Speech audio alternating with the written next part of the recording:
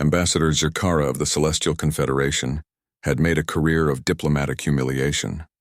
For 3 cycles, she had perfected the art of reducing species to footnotes in galactic history. Her latest target sat across the negotiation table aboard the orbital station Harmony's Promise, and she studied him with the detached amusement one might reserve for a curious insect.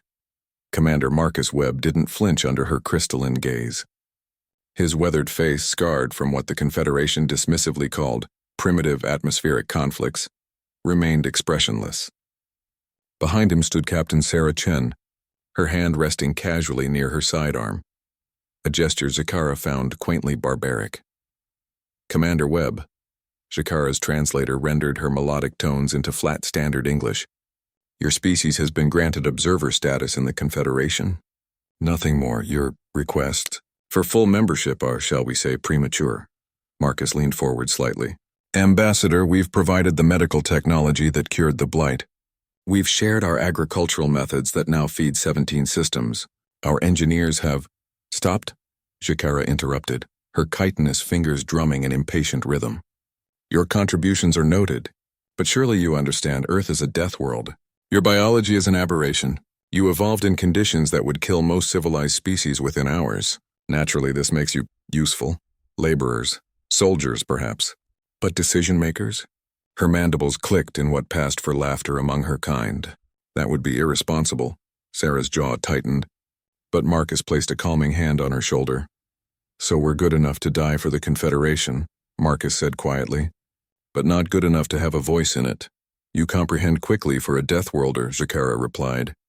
The Vraxian campaign requires ground forces capable of surviving harsh environments. Your Marines have proven adequate. We will, of course, compensate you with technology licenses, filtered appropriately for your developmental level. Marcus stood slowly, his 6-foot frame towering over the seated ambassador. In the low gravity of the station, the movement carried an unintentional threat that made Jakara's guards shift nervously. We're done here, Marcus said. Commander, this meeting is not concluded. Yes, it is. Marcus's voice carried the weight of finality. For 3 years, humanity has played by your rules. We've sent our sons and daughters to fight your wars. We've shared our innovations freely while you've rationed yours like we're children who can't be trusted with sharp objects. And through it all, you've treated us like we should be grateful for the privilege of serving you. Jakara's secondary eyes narrowed. You dare the Vraxian campaign? Marcus continued, his voice rising. You requested 12,000 human Marines. Do you know how many came home, Ambassador? 4,307. The rest died holding positions your own troops abandoned because the gravity was uncomfortable, or the atmosphere had excessive oxygen levels.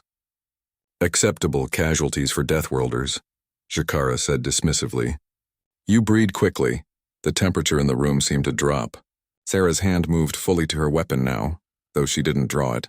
Marcus's expression transformed into something that made even Jakara's guards take a step back. Not anger, but something colder. Disappointment.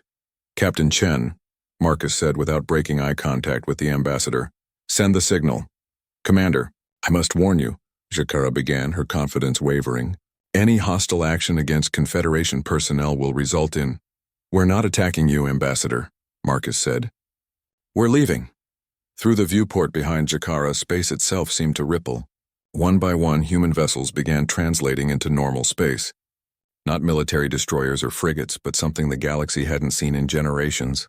Colony ships. Massive, lumbering vessels capable of sustaining entire cities in transit. Dozens of them. Then hundreds. What is this? Jakara demanded, her composure cracking. Humanity's answer, Sarah replied. You wanted to know what Deathworlders are capable of when we're not dying for your convenience? Watch. Marcus gestured to the viewport. Those ships contain 40 million humans. Volunteers, every one of them. They're leaving Confederation space. Desertion! This is a violation of... We never signed anything binding, Ambassador. Funny thing about observer status. It means we were never really members. Marcus's smile held no warmth. We're going to the Outer Veil. Those uninhabitable systems you've written off as too hostile for colonization? The death worlds with crushing gravity, toxic atmospheres, extreme temperatures. Jakara's mandibles clicked frantically. You'll die out there. Those worlds are impossible. For you, Marcus interrupted. To us, they're challenging, and humanity loves a challenge. The Confederation will not trade with rogues and— You're not hearing me, Ambassador.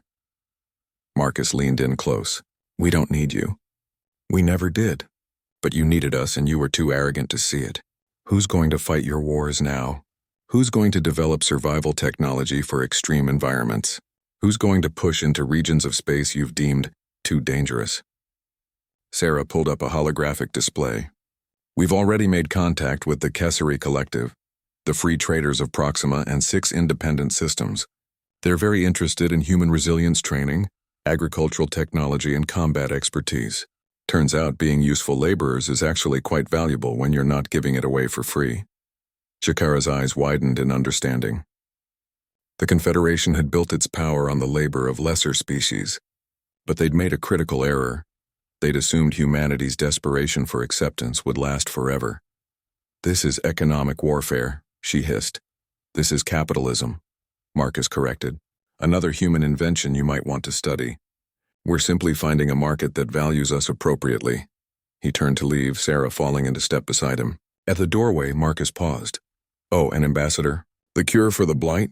We included a genetic kill switch. It'll need updating every 6 months or the disease comes back stronger. He smiled. I'm sure you'll find another species willing to maintain it. Probably someone who's comfortable being called useful. You would condemn billions to— We would expect fair compensation for our continued services, Marcus said.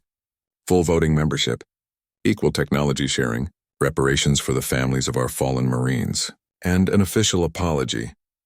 Jakara's body language shifted through several emotional states before settling on something resembling defeated resignation. The Council will never— Then billions die and humanity thrives in the Outer Veil.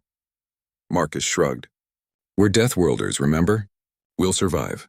Question is, will you? As the human delegation left, Jakara stared at the colony ships filling her viewport. For the first time in her career, she understood true fear. Not the fear of death, but the fear of irrelevance. The Deathworlders hadn't declared war. They'd declared independence. And somehow, that was infinitely more terrifying.